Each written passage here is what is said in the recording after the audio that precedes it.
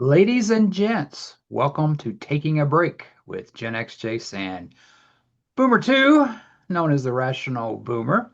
Hey, Mike, it's a Hey, Sunday afternoon recording this, getting some rain here. What's it like up in your neck of the woods? well, we had some rain yesterday. It's okay now. It's about 45 degrees, so that's pretty good for Minnesota at this point.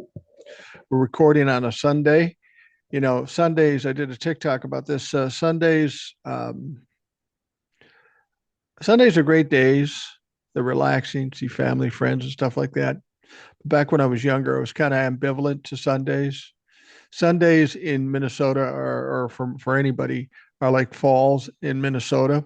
Fall's a beautiful time of year in Minnesota, but next month fucking winter's coming and it sucks. And it's the same with Sundays in that it's fun, but tomorrow you got to go back to work. Well, I don't go back to work, but I know what's going to happen in the news is going to be yet another shit show for the next week, probably worse than the week before, only because I know we've had shit show last week, the week before, the week before, the week before. So I like Sundays. It's kind of nice to get away and break and talk about something other than the bullshit I normally talk about. So I'm excited about doing that here.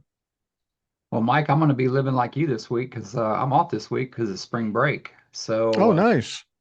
yeah, so was telling you, yeah, I can do the other podcast any day this week during the day if you want a night off or whatever. So I'll be around. Yeah, here it's 61 with some heavy storms as they say.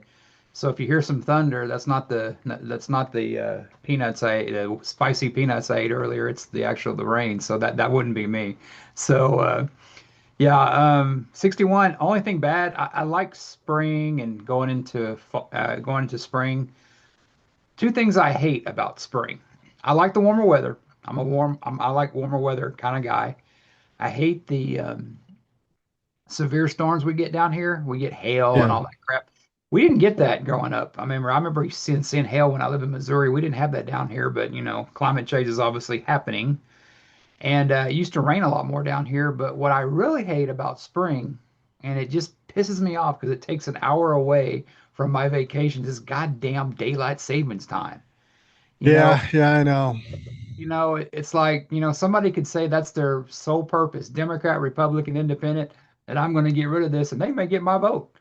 And because this shit is like was set up for the farmers, it's not needed anymore. And but don't get me wrong, the fallback bullshit that we have in the fall, hey, I like that shit. The extra hour, I like that shit.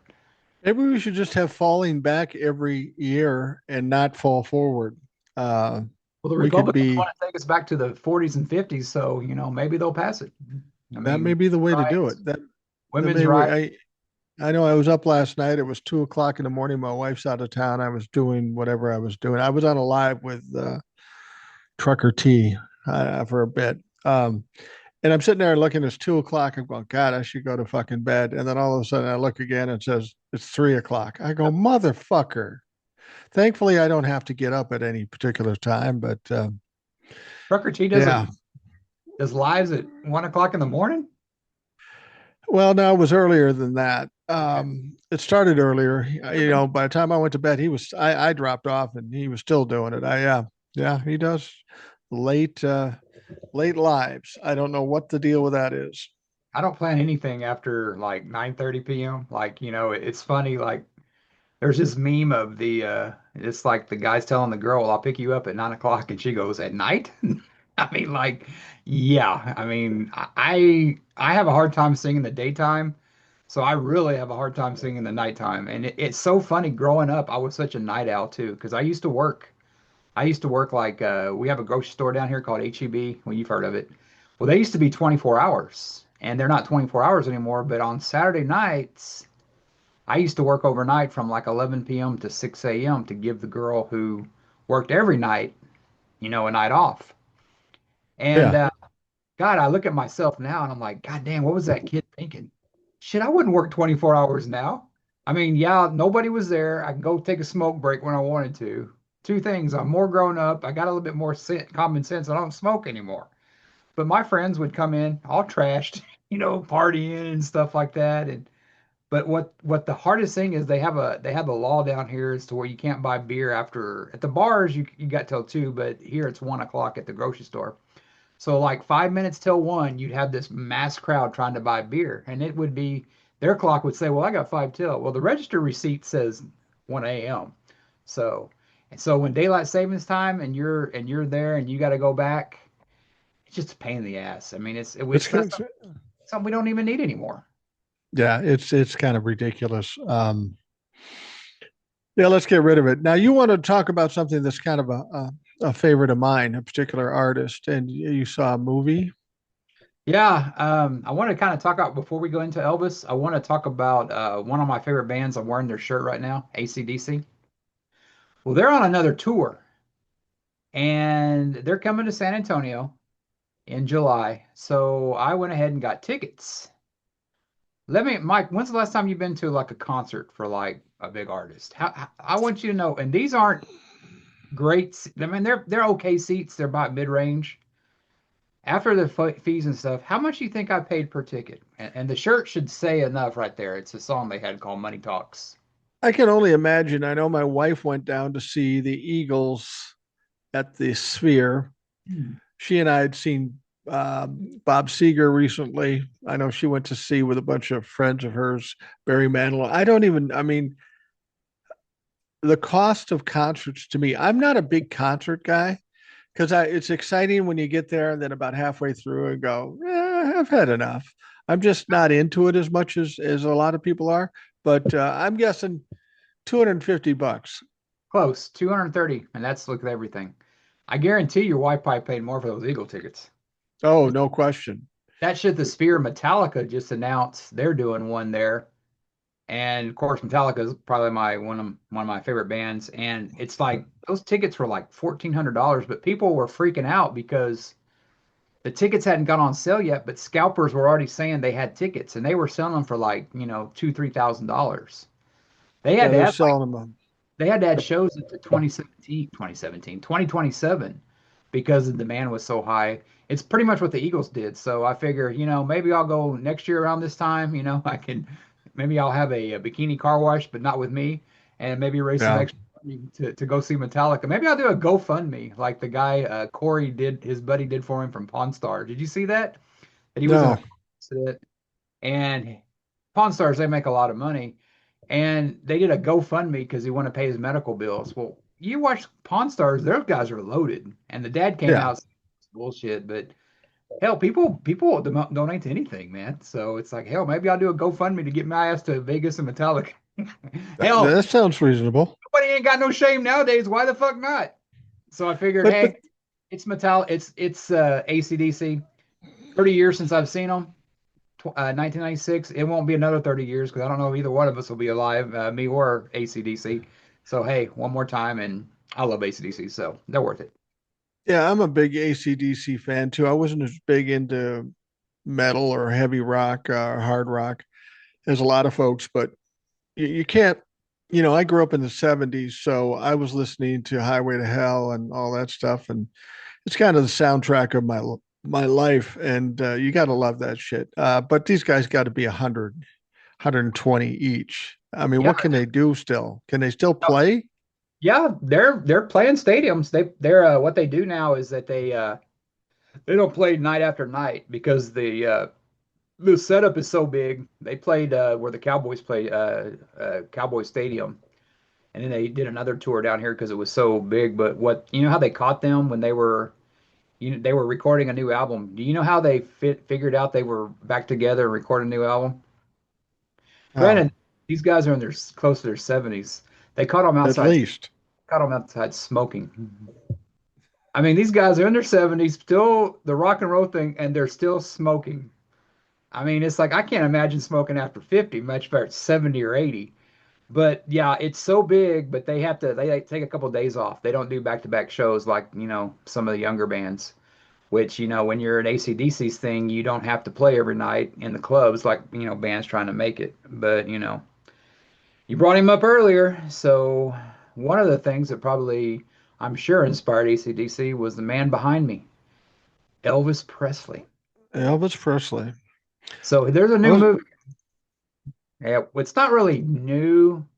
I think it was a documentary in 1971 called This Is Elvis. Yeah, And what this is kind of a reworking of that about the guy. I guess he found all this additional footage, this right. and it shows him in 1971 preparing to play Vegas because, no big artist had really done Vegas up till Elvis. And to me, being born the following year in 1972, it's really weird to see the world before I existed. It's like when you watch those old 1920s baseball games and stuff. It's like, fuck, man. And you literally were dead. You were literally weren't alive, or you were in some other form if you believe in reincarnation. But it was very interesting, and in just watching it, you can kind of see how tides have changed because. And I remember watching, and you watch something like now, and he's like kissing these women on the mouth. I mean, nowadays it'd be like, ooh, you know what I mean? It's like, what the kind of disease does she have? But it was definitely the 60s going into the 70s, early 70s.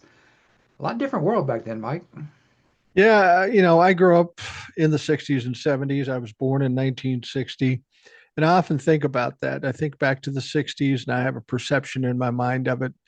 When I think of the 60s, I think of those Kodachrome pictures. Everything seemed to be kind of brighter and more colors. And, I was a kid, so I didn't give a shit about anything. The 70s were a little more gritty. Um, but if you look at what was going on in the 70s and compared to now, it's no comparison. If I took my kids and put them in the 70s, I don't know if they'd survive because it's a entire, no, seriously, it's an entirely different world. You don't have the technology, you don't have the communications, the media is totally different. Um, it's just, it was a, as a lot of older folks will say, it was a simpler time. And I guess every previous generation lived in a simpler time. I'm thinking millennials will talk to their Gen Alpha kids and say, "Oh, I remember the simpler times in the 2020s." So I guess it's something that everybody goes through. Um, but I've had arguments about who the greatest entertainer of all time was, and I say it was Elvis. And I'm not saying he was the most talented. Prince had more talent, essentially, as far as musically and all that kind of stuff. But there was no greater icon in the world. The only person comparable to Elvis back in that time period would probably have been Muhammad Ali. Those were the two people you could put anywhere on the face of this earth and everybody would know them. Now that is true fame. And Elvis was iconic in that he did he did things that were unacceptable. So he was a rebel at first. And then, of course, down the road, it became more and more acceptable. But the impact he had on the country and the world is like something we've never seen before. I mean, even more than the Beatles to a certain extent, because it was just different. I'm not saying they weren't as good or as popular or anything like that, but here's one guy in the 50s when, you know, kids are holding hands on dates and nothing like we see now. This guy comes out and just explodes and takes the 50s quickly into the 60s and 70s with a guy that would have seemed like an alien to a lot of people back in the 50s. Yeah, it was interesting to see how Vegas was going on back then because you saw a lot of celebrities in the audience. Cary Grant was in the audience. Yeah, Sammy Davis Jr., Sinatra, and we all know the story about how the Rat Pack played Vegas and how they were okay with Sammy Davis Jr. being on stage, but they would let him stay at the hotel. And the Rat right. Pack, said, well, we're not, Sinatra especially, that, hey, we're not going to play this. I mean, I think music did a lot of stuff, and I think music scares a lot of this quote unquote conservatives because he, in Elvis said it on the video. He goes, "Well, it's rock and roll now, but it's been, it was R&B. It was called R&B before. I mean, rhythm and blues before, and that's exactly where it came from. And that's Yeah, what scared a lot of people is that, oh, my kids are going to be dancing with the black kids." And that's what a lot of it was, and a lot of it was based on racism because, well, that's not how a white man should act. I mean, I mean, it's literally I've seen documentaries on it how rock and roll is a slang term. It's a ghetto slang term. And what Elvis did, Elvis, the Beatles, the Stones, they were listening to all that music and bringing it to white America. And in a lot of ways, rock and roll not only, it helped break the color barrier, it helped, bring down the Berlin Wall. We talked about that in previous episodes. I Yeah. mean, it's the kids want to do it, and it's like the adults are just, the adults get to the point to where they forget they were kids at one time. Because, I went through that shit in the 80s with Tipper Gore and stuff, Right. Right. a lot of the stuff they wanted to put they wanted to put an out, a sticker on an album, parental music advisor. But what does that tell a 15-year-old kid? Well, hell, that must be pretty good if my parents don't like it. And that's just the way it's always been. And Yeah. Elvis had a thing to where he kind of transcended that because I think Elvis was one of the first to really to where the parents started liking rock and roll because my mom tells me about my grandmother how she saw him down there at the Cotton Bowl when she was older. The Elvis kind of, I guess, made rock and roll more acceptable, I guess, in a lot of ways over Well, time. it was acceptable because he was white and he Exactly. was a good looking guy. He seemed to be personable and he seemed to be polite in spite of the rebel nature on stage. Racism played a big part of this because, while they call Elvis the king of rock and roll, there were people before him, black people doing the same kind of music. Little Richard, um, Chuck Berry. There were people before him.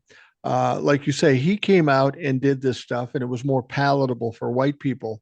But there was a lot of racism type things here. The white people, the old white people, did not like Donald Trump. Uh, I wish. uh, yeah, Elvis Presley because he was playing the N-word music. I mean, I've seen videos from the 50s where some guy working at a gas station says, I don't want to hear that N-word music. And that's kind of the attitude back then. People have to understand racism was prevalent, racism was accepted. But then when he took off, there were a bunch of people, black people, that thought Elvis co-opted their music. And if you ever listen to Elvis, where he got his inspiration is he used to sneak around and get into some of those black churches because he loved gospel music and he saw what they were doing. And every artist out ever, including Prince, has been inspired by someone else Mhm. or a group of other people. I mean, Prince was inspired by James Brown and Sly Stone and all kinds of people. And Elvis was inspired by black artists. He enjoyed that music, and that's what he portrayed on stage. And a lot of people had problems with it, both black people and white people. Well, you're always going to have your detractors. I mean, nothing, I Yeah, mean, not everybody's going to love you. You're going to have that. Yeah, there was a part where he's talking to some people in the audience, and I don't know who it was, but the guy goes, "Yeah, I had that move about 5 years ago," telling him about the one of the it was a black artist telling Elvis that, and Elvis just laughed about it. It was like, yeah, because it's a thing that we all take from. It's like one big song that we all kind of borrow from. I mean, a lot of that right. stuff. I mean, if you think about one of the most original, that was Robert Johnson, and of Yeah, course he couldn't be talented on his own. He had to sell his soul to the devil. Well, how fucking racist is that? That he yeah, wasn't a talented, self-taught man because he was black. I mean, that's the way I always take it. And yeah. there's that movie Sinners that we keep talking about. I think Jamie Foxx actually won a SAG award or something like that. Not Jamie Foxx, Michael B. Jordan. He won Right. for playing a dual role. That is a great movie, and that's about about how they would they call them like juke joints, I guess, or speakeasies, because during the depression or during the prohibition, they'd sit there and they'd play that stuff. You had a Elvis wasn't the only white kid sneaking out and doing that. A lot of white kids liked it, and I think that's what freaked our parents out. Yeah, and rock and roll with the black community really started out in the 40s. I'm trying to remember who I'm thinking of.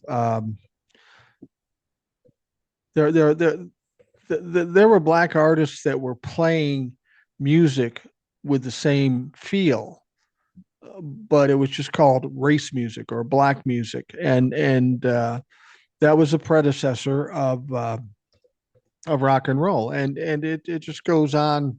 I mean, we get the rap people coming out. A couple people come out with rap, and this is something they've been doing on the streets for a long time. And then then you get rappers delight coming out, and they see that it's sellable and it's commercial, and then you see the onset of other rappers that come out, and every rapper's probably inspired by some other rapper. Um, that's just how music goes. That's just how art goes, Yep. actually. Well, and they have this thing too where a lot of your and I call them they're like music snobs. A lot of them get pissed off when somebody like say Chuck D or Snoop Dogg or Dr. Dre, they get Public Enemy, yeah, they get inducted into the Rock and Roll Hall of Fame. And what they're not getting is rock and roll is more of an attitude than just a genre. It They really think is. and a lot of these rock stars who I think they're full of shit, well, so and so shouldn't be in there. Why shouldn't they fucking be in there? Because there's gospel in the Rock and Roll Hall of Fame when I was visiting there. Yeah. There a lot of people consider Elvis country. I don't. You know, No. you could make an effort like that, say, oh, he's more country or something like that. It's more of an attitude, and it's like, well, they shouldn't have hip hop or R&B in the Rock and Roll Hall of Fame. Well, a lot of that black music, there would be no rock and roll for that. And I think, and I just, really, when I see somebody in there, and you have it to this day, I think Mariah Carey and some other people were like on the ballot this year. Well, that's not really rock and roll. Says who? Says you? Who the fuck are you? You got some 9 to 5 job. You didn't fucking generate this. And it's more of an attitude than a genre. So I have no problem in the Rock and Roll Hall of Fame. There's artists that, aren't quote unquote rock and roll, but they got the fucking attitude. Because, in case in point, Soundgarden, one of the bands from my generation who I love Soundgarden, they wouldn't call, when they came out and they were really big, they didn't call themselves rock and roll. They called, they were alternative to rock and roll because rock and roll Right. was, well, guess what? Why aren't you complaining about them getting nominated? It's the same thing. Yeah.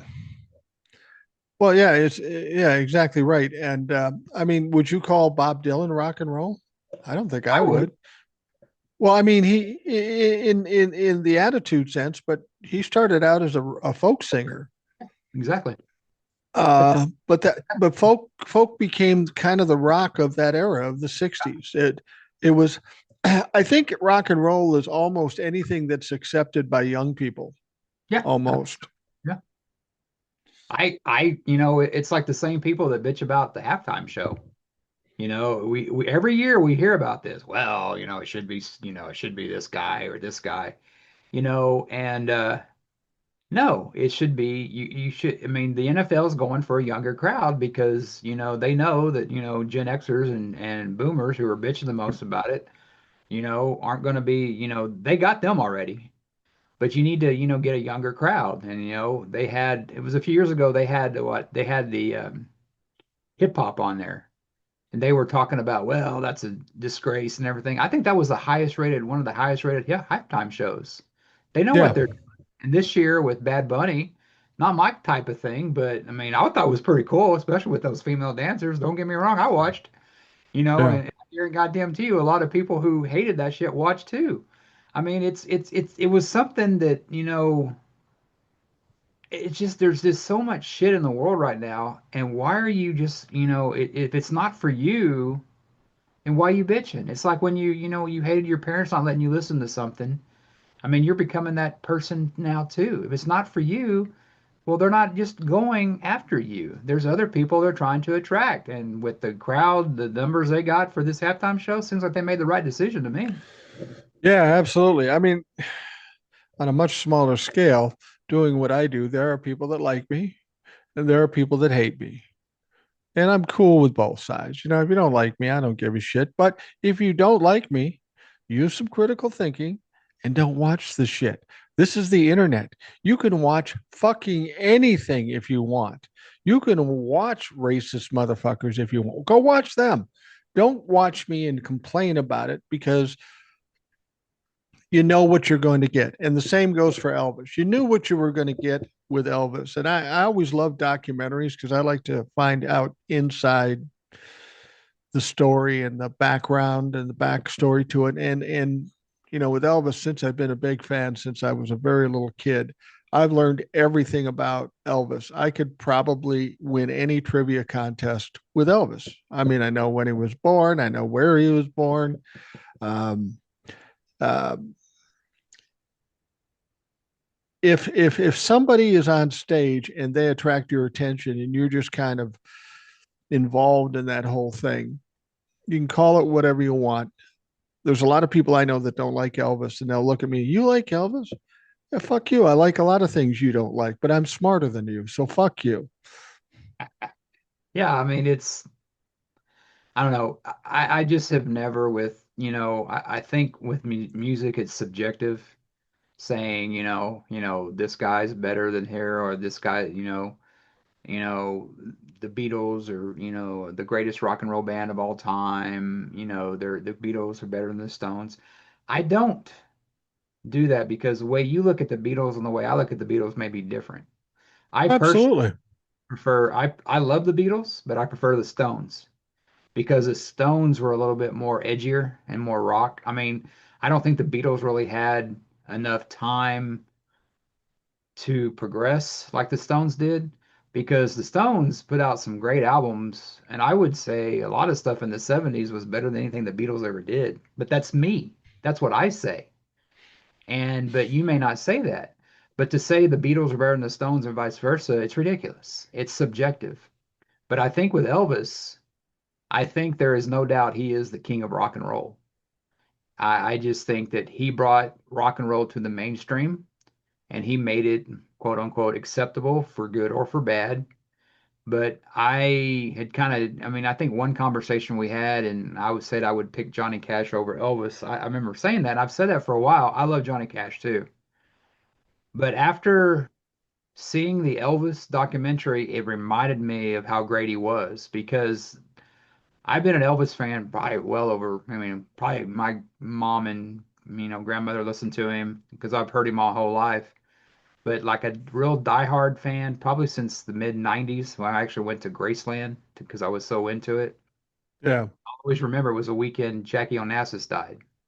And so I always remember I was in, Memphis for that. But one thing I guess I never really paid attention to, and I should have seen this before, the guy was a hell of a guitar player. This really, I mean, a lot of times when you have guitar players up there, the guitar is just a prop. I mean, George Yeah. Strait's that way, Paul Stanley's that way. They don't really, I mean, they can both play, but you don't see it focused. This showed a lot of him playing guitar. I was very impressed because I don't think I really ever paid attention because I've had these, documentary on in the background on YouTube or, Netflix or something, but I'm sitting there at a screen watching it. I think you just see how good he was. I mean, Chuck Berry would be proud of how good he was. I mean, he was that good of a guitar player. Well, it's weird when he was in the early stages, 70s, 60s, 70s. Um, he was never known for being especially good as a guitar player. In fact, some people kind of admonished him of just being a fake guitar player. And I guess I really never noticed. I was so enthralled with his presence and his voice and that sort of stuff.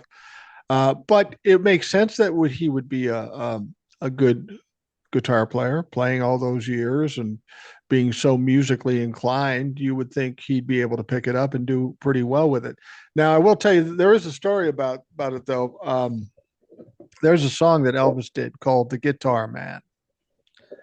Uh, and you probably heard the song, but the song was written and originally done by Jerry Reed. You remember Jerry Reed from the Bandit movies and all Oh that stuff? man. Yeah, he was a cool dude too, and Elvis was going to do Guitar Man, and he didn't like the way it was turning out.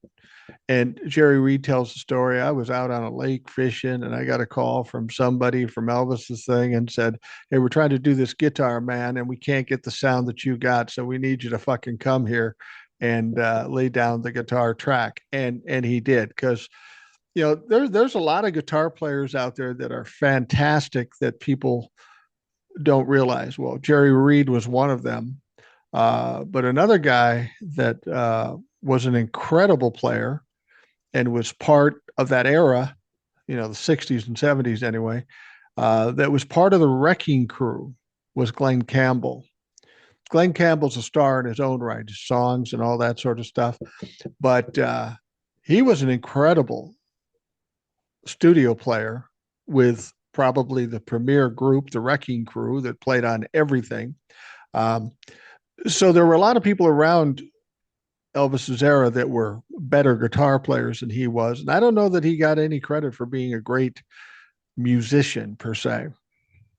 Yeah, Glenn Campbell, my first 45 as a kid, Rhinestone Cowboy, Wow. somewhere. But yeah, yeah, Glenn Campbell, yeah, Glenn Campbell was, I mean, it was somebody that, really, that far ago got me, into music, and I also wanted the Buck Owens, that red, white, and blue guitar that he played on Hee Haw. And Yeah. yeah, Jerry Reed was, yeah, I like that. Smoking the Bandit, man. Talk about, that's probably the first movie my dad took me to see. I had to be, what, that come out 76? I was like 4 years old. Something And I like that. and I just remember that being that you couldn't get Coors Light, was it down here in Texas or whatever, or was it up there? It was one of the two. And I just remember thinking, why are these fuckers, breaking all these laws for beer? And 50 years later, I know why. I like me a good cold beer too. Well, it's funny. In 76, I was 16 years old and I probably was drinking beer. And that was the thing. We had a lot of, I always kid my kids because they say, we drink craft beer. And I said, well, we used to drink crap beer and fucking loved it. But we'd have Howenstein and Schmidt and Schlitz. real shitty beer. You ever have And then Schlitz? there was a Schlitz. Yeah, oh yeah, we've had them all.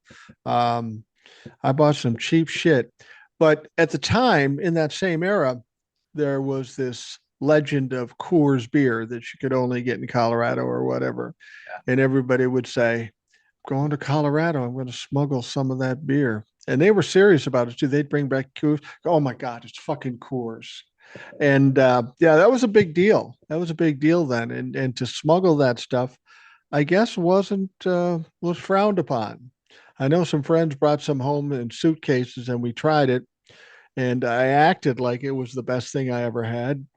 Of course, it didn't taste any different than any of the other shit that I drank.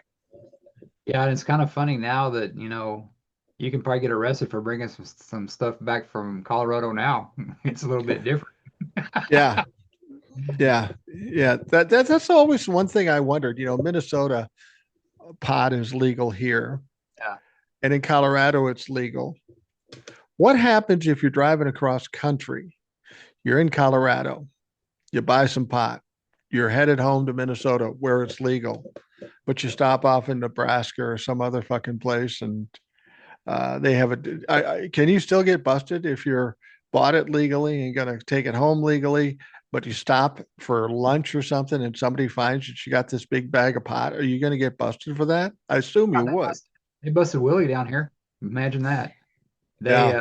busted him for how he was at the border or something like that, and of course, supposedly they let him go. It's kind of like it's kind of like that old Pancho and Lefty song. All the federales say they just let him go. Um, yeah, it's still like that. Texas is like that, and yeah, I mean, it's ridiculous. I mean, it's something that, they can make a lot of money on, but, people want us to live under their rules. But it's like, with Elvis and just, he would probably get a lot of hate just for the way he looked. I mean, he was a handsome, what you call a handsome man, good looking dude. It was. But, the thing about it is that in this movie, it's It's around 71. It's right before Vegas took over.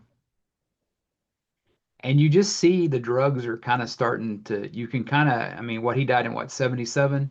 So 6 years 77. that you can kind of, I mean, you can kind of see the drugs are, I mean, he's still functioning and he's still, playing, but you can kind of see he's toned down a lot.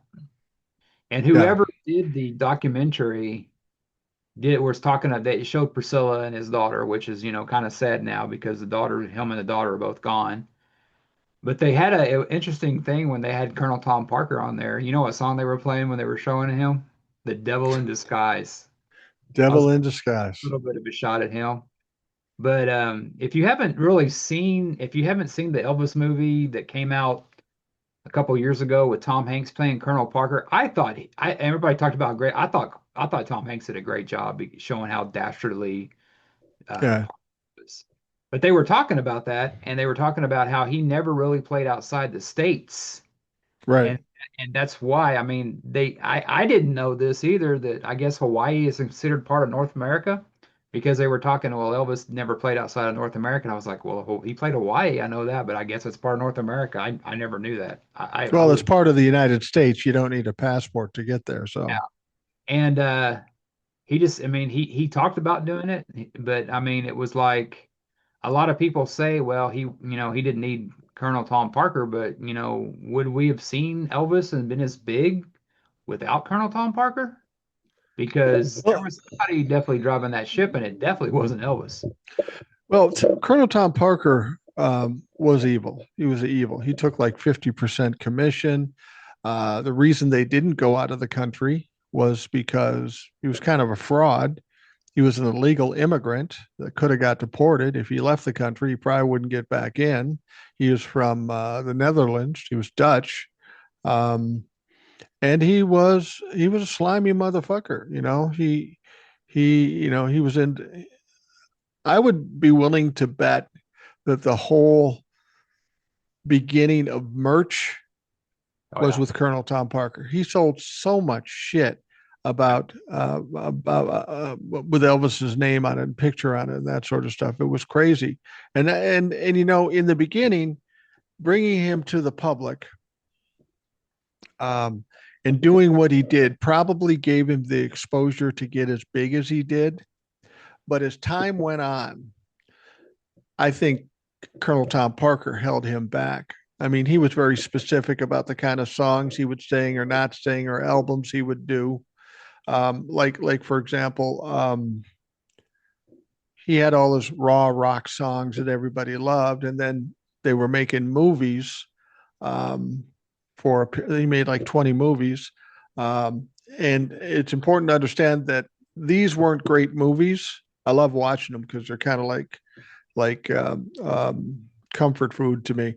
But he was making $1 million a movie, and for a period of time, he was the highest paid actor in Hollywood. Elvis was, but he always did these shitty movies, and instead of going into the studio and recording something, they just had shitty songs, these goofy songs. You can't rumba in a sports car and stupid shit like that, or clam bake or whatever. And some of them are kind of good, real poppy and real saccharine. But um, that's all he did for a period of time. And had Colonel Tom Parker allowed him to do a couple of things, to do more of the songs he was doing, he would have probably been more successful instead of these stupid songs. Um, Colonel Tom Parker had a rule that if he's going to be in a movie, he needs top billing, right? Well, Elvis was slotted to be in The Star Is Born yeah, with Barbara Streisand, and Barbara Streisand was huge at the time. yep. Probably, I won't say more popular than Donald Trump, but the more current of a star at the time. And the reason he didn't do The Star Is Born is because they wouldn't give up the top billing. It had to go to Barbara Streisand, and Colonel says, "No, we ain't fucking doing it." If they had let Elvis do some better movies, I think he might have been more thought of as a better actor. Yeah, but wasn't he too far gone by then? I mean, you kind of because that was what mid 70s, and I don't know. Well, he might have been too far gone, but that would have been appropriate for the role. Yeah, true, true. But I just can't imagine nobody besides Chris Christopherson in that role either. He did such a great job. I That's another thing that kind of pissed me off about that. I'm sitting there and I'm watching that stuff, and I just see all these people. I call them hanger-ons. Oh They yeah. they let him do that. They let him just get into this stuff. I don't know, did they ever try to do an intervention? But I mean, of course, I'm sure Tom Parker knew what was going on, but when you got your animal sedated, and that's exactly what Parker thought of him, that he was like a prize horse. He can't say nothing. I mean, he kind of went along with it. Elvis didn't seem like a guy that wanted a lot of confrontation. Like he would talk about that. Well, I was in this movie, and they talk about that. They talk about, all the merchandising too, and it's like stuff he'd never even seen before. Yeah. So, I just really I look at a lot of those people that, that and when he died, all those people wrote all those books about him. I think a lot of those people they enabled it, and I think a lot of them, they let it happen, and Well, I think Colonel Parker did allow it to happen because he was just trying to milk this for everything he got. But I've had the same argument about Prince that I'm going to suggest with Elvis.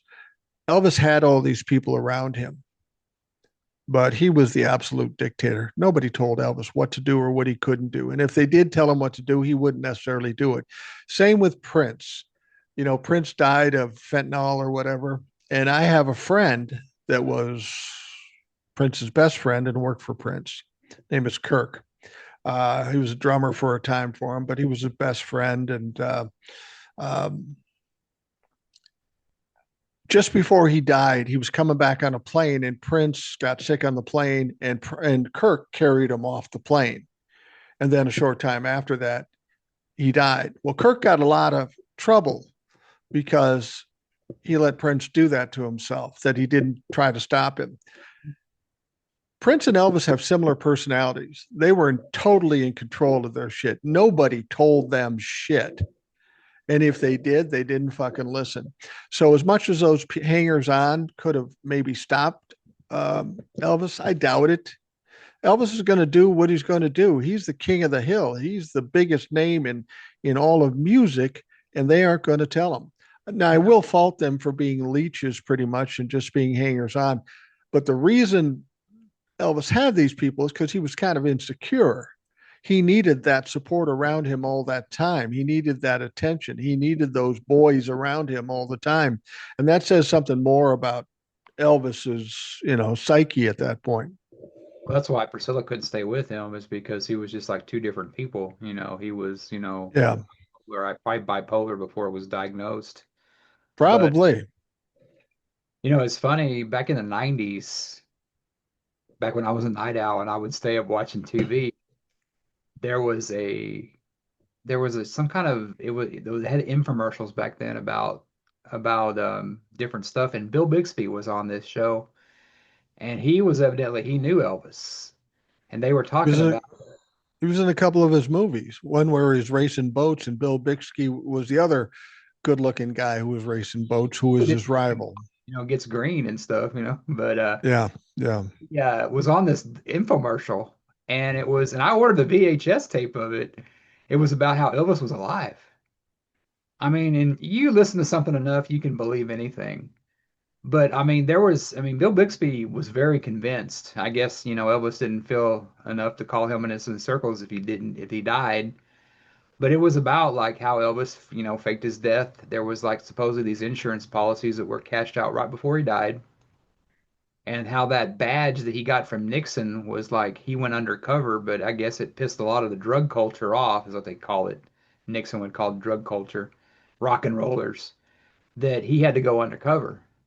And I'm 20, 22, and I'm believing this shit. But what really sold it for me was Bill Bixby. And and if Elvis was still alive now, he'd be in his 90s. I don't know if, the way he was living, if, it really, but there was so much conspiracy theories about him that when you got enough money like that and you want to get away, why not?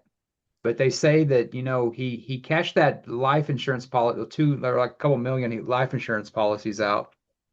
And but he did it before he died. But if he would have done it after he died, it would have been fraud. Right. So it's like picture this girl from a Polaroid, Kodak. Remember Kodak? That she took a picture at Graceland and there's this like silhouette of a guy looking like Elvis. Well, they emailed that to Kodak to get I mean, this video really made, I mean, they weren't offering anything. It was kind of like a, typical coast to coast Art Bell conspiracy theory. But that's one of the conspiracy theories I can tend to believe because I don't think Bill Bixby would had anything to gain from that. I think he really believed it. But when you see it nowadays and that people make a fun of it, or like Elvis at the gas station or whatever, and they had this one thing that really never really, they had evidence, what they call evidence of a guy talking on the phone sounding like Elvis. And they tried to say, well, see there. And I was like, you know how many fucking Elvis impersonators there are that sound like him? But if anybody had the money to do it, to get away from Colonel Tom Parker, it was him. Well, yeah, yeah. I mean, it could have been done, and I think that's why people kind of believed it because he was just inundated with people all around him all the time, and everybody knew who he was. And if he wanted to get away, it's conceivable it could get done. I remember the day he died very specifically because I worked at a radio station while I was in high school, and everybody knew I loved Elvis. And Yeah, I came into work and I was running late as I typically did, and I had to do a newscast. So somebody else put the news together for me, and I hadn't heard anything. So I'm sitting there reading the news. First story: Elvis dies. I'm going, the really. fuck? What the fuck? But the conspiracy theory started right away. And it was believable because Elvis was Elvis and, he was kind of mysterious too, kind of like Prince. I'm surprised they didn't say Prince is still alive because he's not, because plenty of people have seen his body. But with Elvis, it was weird. There was a lot of weird things, and I think when you're trying to do a conspiracy theory, you can pull a lot of things together. But there's one thing that I can't explain, and the family's involved in it. When he was buried, they put the stone or the metal that's I know what you're talking saying it, about. Say, yeah, and it says his name is Elvis Aaron Aaron Presley, but that's not on his birth certificate. That wasn't his name. It was one A, not two A's. Now, why would a family do that? Why would they put the wrong name on there? That just seemed weird to me. Um, for me, as a big fan of Elvis, I was hoping he was alive. But after time goes by, did he just go off into nothingness if he was still alive and never planned to come back? My thought is there would be some kind of comeback or some kind of surprise. It would be a great promotional event. It might piss a lot of people off too. But especially you're my. you're right. I was in my late teens, early 20s when this was all going on. I saw the TV shows, I saw the interviews, I saw the books, I saw the videotapes, the audio tapes, and all this stuff. And people were really buying into it. And there was a lot of stuff that made you go, huh, that's weird. Why would that happen? Yeah, and when I was, of course, went to Graceland, it was the early 90s, and of course there were like places you couldn't go and like, ooh, why can't you go? Just Yeah. something you would ask. But I You never couldn't forget. go upstairs to his bedroom area. Yeah, I always forget. I always remember that I had a buddy of mine that just, I mean, this guy was an Elvis fanatic, man. And so I went to the I messed with him and stuff, and he was pissed that I ended up going, and I went to a gift shop, of course, when I was there, and I bought a pair of those Elvis glasses, those knockoffs and stuff. Yeah. And I came back and I go, man, Raymond, dude, I got in a lot of trouble for this, man. But I was at Graceland, man, and there was this part there, and these were just sitting there on the fucking counter, dude. I got these just for no way, man. And it's like, not fucking with you, you asshole. And it was like, it was funny because when we were, have you ever been to? I have been to Graceland. It was back in the early 80s. I was down there for a bowl game with Minnesota was in Memphis, the Liberty Bowl at the time. My brother and I went for the day and flew back the same day, but we did go through Graceland. It was interesting. Yeah, it's amazing that you just that. I mean, one of my favorite parts was all the suits. He had all the suits up, and Yeah, it was weird to see like in that movie, he's in those suits, and you it's the kind of the beginning of when the suits got really outrageous and stuff. But he's wearing, and if you when you see this movie, I want you to think about this. In rehearsal, he's wearing this like tie-dye colored shirt that just, I mean, it gives you a headache looking at it. But that was 1971 for you. And I mean, his yeah, band was there with him, and there's a guy that was because the guy that was the bass, the one that had the real deep voice. yeah, I've always seen him as an older gentleman, like especially like in recent years and stuff like that. It was so weird to see him so young like that. Because I mean, we've seen yeah, Elvis and stuff, but you know which one I'm talking about, the guy with the deep voice. He died a few years yeah, ago. I mean, everybody wrote a book and he had that taking care of business, the lightning bolt and everything like that. I yeah. mean, it was something done real well. And if you're an Elvis fan, I mean, I just think it's just a great thing you ought to see. I mean, I don't really buy a lot of, movies nowadays because I don't really have physical media. But that's something that I would like to, at least maybe download, I guess, save it on my Amazon cloud. It hasn't been blown up across the seas right now. They're blowing up all those cloud services across the seas. So yeah, I mean, I would highly recommend it. I mean, even if you don't like Elvis, I think it would be something that would get you into it. I don't know really what made me like Elvis. It was just, I think, it's like a good friend of mine. He listened to a lot of Dwight Yoakam, who does a lot of Elvis, and he listened to a lot of Elvis. And I remember just hearing stuff. And I think I read a couple of books. I read Elvis and Me, which is a really kind of a different side of Elvis, Priscilla's side Yeah. of it. Um, but I think with Elvis, it's just that he did stuff even when he did Beatles songs. I mean, I love George Harrison, but him doing something, I mean, it's just wow. I mean, it's just, him doing that Beatles song because there's a lot of there's they told us a story that there was like I guess in the late 60s or late 60s, I guess the Beatles paid a visit to Elvis and they did a bunch of jamming. But I don't know why anybody didn't think to record that stuff. Can you imagine how much that would have sold just like the outtakes of something at Graceland? I mean, where was Colonel Tom Parker on that one? He probably wasn't invited, and it's probably something that, with all the merchandising, maybe Elvis didn't want to put that out. But God, that would have been amazing just to have some jams with the Beatles and the That would Beatles. have been wild. Odd. I mean, you talk about that there was I mean, I don't think there was ever any animosity between the Beatles you know, because I mean, he did their songs. So I don't think Elvis, he gets called a lot of stuff, but I reject a lot of that stuff about him being jealous. Of course, there's I knew he was jealous of who's the guy that Gunner, who was the Nelson, Ricky Nelson. I knew he was kind of jealous of that because they started kind of ripping him off, and I'd kind of be pissed about that too. Yeah. Well, yeah, Elvis. I tell you the intro when I went down to Graceland with my brother. We went through Graceland. It was a lot smaller than I thought it was going to be, Yeah. but it was cool. It was cool, the jungle room and all that stuff.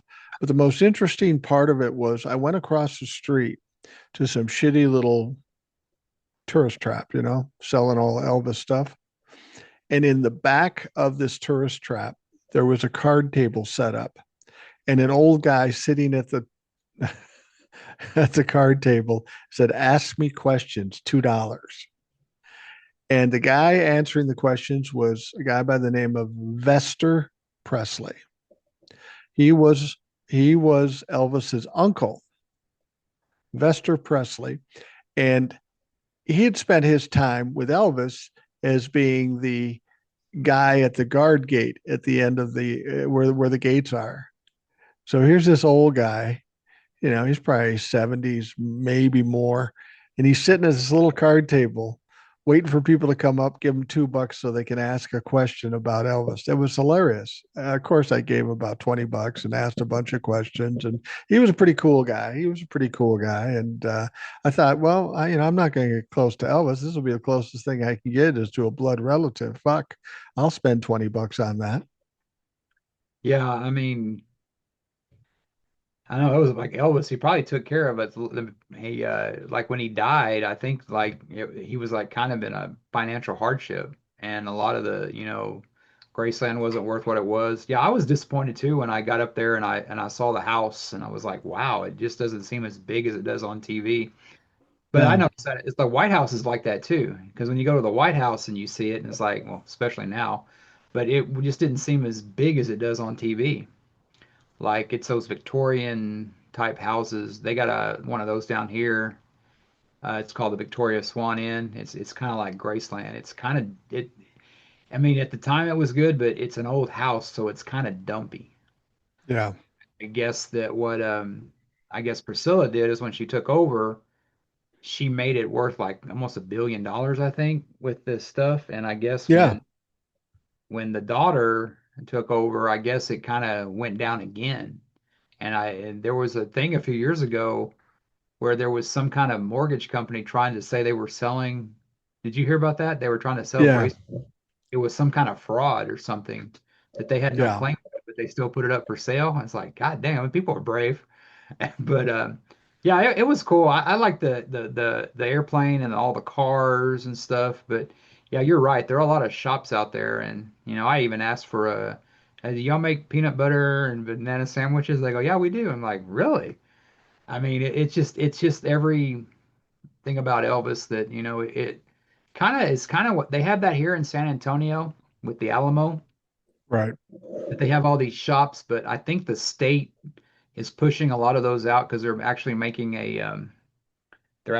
the thing down here, and they're pushing a lot of the vendors out of there, and they're making it like more of a museum. So the state saw that these vendors are making money, so hey, we can make money off the Alamo, so that's what they're doing. So yeah, but the thing about Memphis though is like it's like that, but yeah, I mean, and I'm thinking if you listen to Elvis radio, it's on Sirius XM. They're always broadcasting from Graceland, and it just you listen to it, and there's just so much music tied to Elvis that you have a lot of those songs you hear like Hound Dog and these other ones. I mean, they weren't his songs, but everybody No, no. associates Hound Dog with Elvis.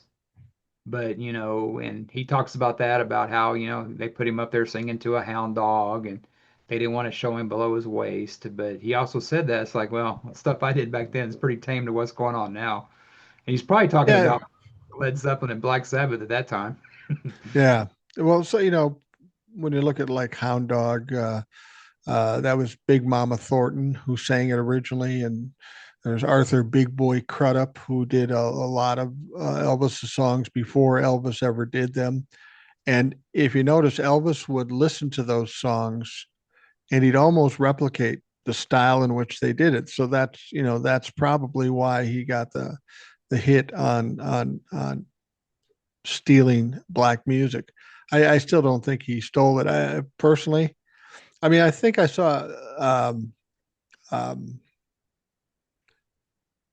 Little Richard talking one time, and he was talking about his song Tutti Frutti, and he was saying, "Do you know that Elvis and Pat Boone sold more records of Tutti Frutti than I did?"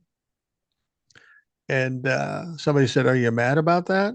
He said, "No, because I'm making money off the songs." And he brought that music to a bigger audience. Now I hate Pat Boone. I'm not a Pat Boone fan. I think he was milk toast and weak.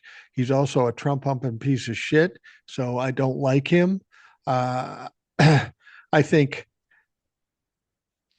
Pat Boone doing rock and roll music is a fucking insult because he's not a rock and roll artist. He's an adult contemporary, weak ass, pasty faced, white bread piece of shit. So you're a big Other than fan. that, I don't really. Not a big fan of Pat Boone. Never have been a big fat. Mike, He's I wish you wouldn't hold back now. yeah. No, I'm just not a fan of his, especially since I knew that he's this. Well, he's ultra religious, ultra conservative, and he's still alive, and he still comes. He was like in his 80s. He came back and did an album where he's wearing black leather, and Yeah, please, motherfucker. that was the metal album he did like in the late 90s. Yeah, that was atrocious. Don't you think that's cool? I go, no, I don't think that's cool at all. Yeah, my introduction to Pat Boone was there was a movie in the early 70s with him and Eric Estrada called The Cross and the Switchblade. And it was about him being a preacher, preaching to these New York Hispanic, Latin males and stuff. And I mean, that's the way I was raised, that, that Christians are the way. Yeah, and I remember doing that, and I just remember him just talking about stuff. But I also watched a documentary on Quincy. Richie Jones. That was an eye-opening stuff to. I don't know if it's true or not, but he did not like Elvis. He was one of those people saying Elvis No, was. he didn't. And this is me, my personal opinion, you know, granted, I'm a typical white boy, as I've been called. I saw Elvis interacting with the band, and I don't think that a racist could do that. I don't No, think, the way he treated those backup singers, who I think Whitney Houston's mom was one of them. that's true.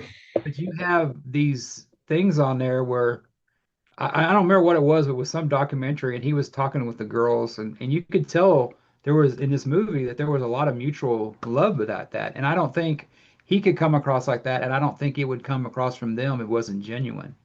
Because he also he said something to one of them one time. It's like, well, the Supremes are available. I mean, it was just like he was going to replace them. But and I've read some of those singers what they're saying. I've never heard anything, and I could be wrong. Maybe I didn't do it, but I've never heard one of them say anything. And until I hear somebody was actually associated with them working like that, that's who I'll believe. But And I somebody like BB King, who knew him before he was famous and got to know him over the years, he loves Elvis. Um, so yeah, I mean, I think there's, I mean, Quincy Jones had some of his own issues too. I think if we took a deep dive into Quincy Jones, we might find some disturbing shit. Um, but yeah, I think Quincy's more of the thing, like he looks at it as he took the black music, and to him it didn't seem like, to me, like, Elvis didn't have the right to do that. That's how I took it. I mean, granted, he did Thriller and all that stuff. He was a brilliant, We Are the World and all that stuff like that. But, I mean, people have their opinions, and you don't necessarily, and they could have their prejudices too. So, and it sounds like he was pretty prejudiced against Elvis. well, and fuck, you're ultra famous, you made your money, let shit go. I mean, you can dislike people, that's fine. Um, and Elvis, I suppose Elvis could be kind of polarizing too, because he was so far above everybody else. I think when somebody gains a certain amount of a level of fame and success, naturally people are going to dislike the guy just by virtue of where he ended up. You know, is I well, you experience it like I experience it. A lot of ugly guys hate us Yeah. just based on our looks. I mean, And it's frustrating, but what are you going to do? it's just jealousy just runs rampant around here, man. I mean, come on. It does. It's absolutely disgusting. Anyway, we're going to wrap things up for take a break with Gen X Jace and Boomer 2. Thank you for sitting down and talking some bullshit with me. It's nice to talk some bullshit now and again. It's always a pleasure, man, and it makes it really easy when it's something as cool as Elvis. So I really, like I said, and I still love Johnny Cash, but there's only one king, and that's Elvis. Yeah, yeah, I have to agree, and it has to do not only with his music, but just the impact and the imprint he put on this country at a time when it was totally unexpected. Because when he hit in the 50s, there were 50s parents going, "What the fuck is that?"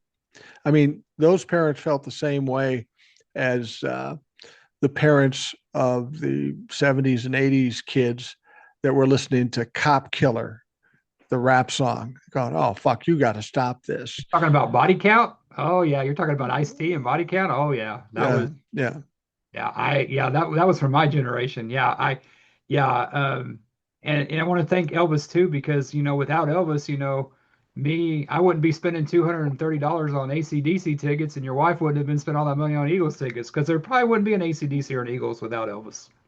Yeah, probably right. Probably right. All right. For those of you listening, thanks for taking the time. Hope you have a great day. We've got the Rational Boomer podcast coming up later and all kinds of shit. And Genx, Jace, and I'll probably get together next week and we'll do yet another one of one full hour of nothing but bullshit. Nothing serious, just talking. So, and it seems like people are starting to get the hang of what we're doing here. Some people were pissed off at first. You didn't talk about politics. I always talk about politics. Fuck it. I'm not a one dimensional man. I have depth, and so does Jace. So, Yeah, just not anyway, on top. Nothing on top. No oh, depth no. on top. Anyway, thank you all for listening, and we will talk to you next time.